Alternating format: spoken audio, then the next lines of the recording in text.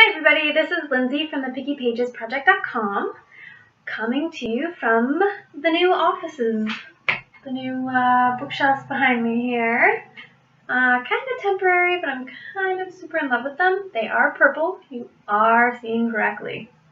Yeah, so we're going to do our reviews from in here. And today we get to talk about dun, dun, dun, dun, The Darkest Part of the Forest by Holly Black. So I just finished reading this book, and I was pleasantly surprised. I went into it not really knowing a whole bunch.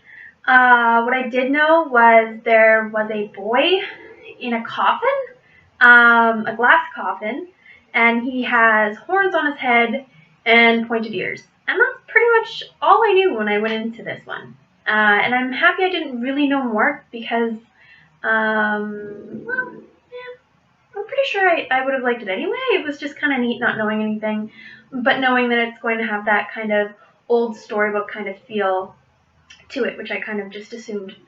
Yeah, so I really enjoyed this book. It's about a brother and sister named Hazel and Ben, and they grow up in this town called Fairfold, and they live among the Fae. So different fairy folk. It's an odd town.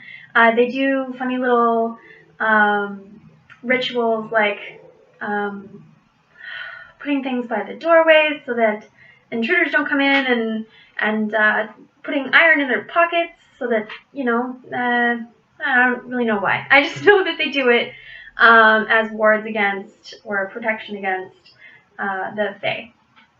So, but they grow up in this town that's known for, like, it's not a secret. Everyone knows that the Fae live in this town of Fairfold, and so they get tourists. Apparently, the tourists don't do too well. But, I mean, that's, I don't know. It's a lot darker than I thought it was going to be, which was kind of really cool. As I'm reading it, I'm thinking the Grimm brothers would probably be proud. It had kind of an old feel, like an old storybook feel, where you don't always get those happy endings. Not everything is princesses and fancy dresses.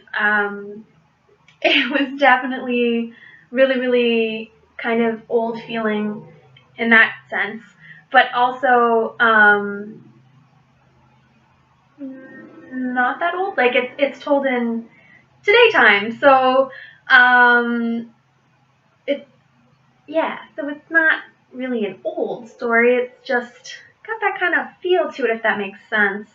But Hazel and her brother, getting back to the synopsis, Hazel and her brother grow up playing around this coffin, knowing that the horned boy, they call him their prince, has been in the forest this whole time, and they make up stories about him, and they both grow to love him, and they just want to save him. Well, one day, he wakes up. So, it's kind of magic meets mystery meets, like, you really gotta figure out where this horned boy is gone and what happened and who's doing it, and it's like a fairy tale whodunit, kind of. It really clipped along nicely. I mean, you got great information the entire time.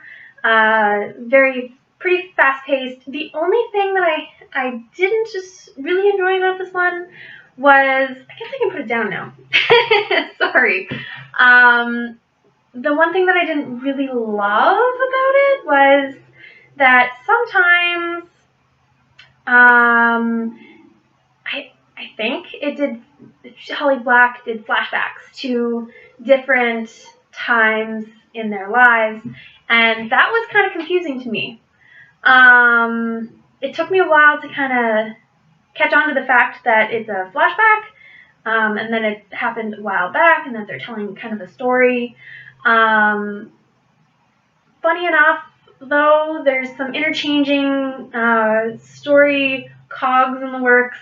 later on that I'm not going to spoil for you, but I was completely okay with that. Like that was fun. I could follow along just great. Just this kind of middle section of switching back and forth, it was kind of confusing. Other than that, it was a smooth read. Loved the characters. They were fun. Hazel, she's pretty tough. She's pretty strong. She's really different, which I love. Her brother is also very different. I mean, you just end up really loving them. It kind of reminded me of, playing hide and go seek in the woods with my sisters when I was younger. It brought me back to nice times. So that relationship was really great. All of the relationships are really interesting in this book. I mean, you get to learn about Hazel's relationship with her friends, her relationship with her brother, of course. She's got some different relationship with her family, her parents, and the different townsfolk, and then there's love interest. So you kind of get that relationship as well. All really nice, kind of refreshing. Not, I wouldn't say anything in the norm. Really interesting relationships. The world is amazing. I love it. I want to move there tomorrow. I know that I might get murdered, but it seems so interesting. I feel like I've always wanted to live in a place like Fairfold. I guess maybe I just kind of imagined where I grew up would have secrets and things like that. So just really in love with Fairfold. Excellent plot. Kept you guessing the whole time. I mean, you feel like you think you know what's going on, and then so you're guessing and you're thinking and you're saying, you know what, I got this, I know what's gonna happen, and then bam, it kind of hits you and you're like, oh, I didn't see that happening, I didn't see that coming. So it was really interesting to see unfold. And this book is a standalone. I got another amazing standalone.